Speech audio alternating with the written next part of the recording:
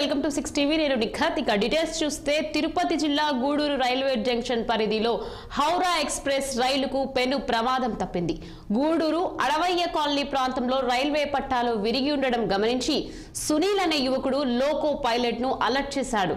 Red cloth ఊపడంతో loco pilot వెంటనే train ను నిలిపివేశారు.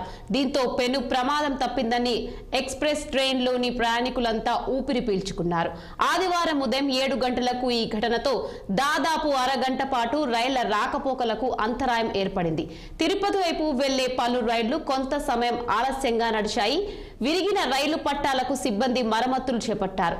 ట్రాక్ మరమ్మతులు పూర్తి కావడంతో రైళ్ల రాకపోకలు పునరుద్ధరించారు రైల్వే అధికారులు.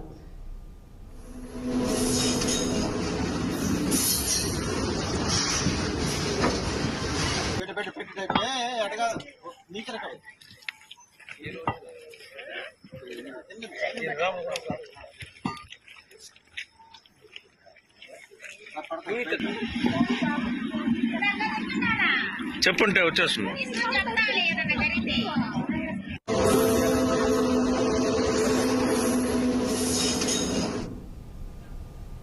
ఇక మాజీ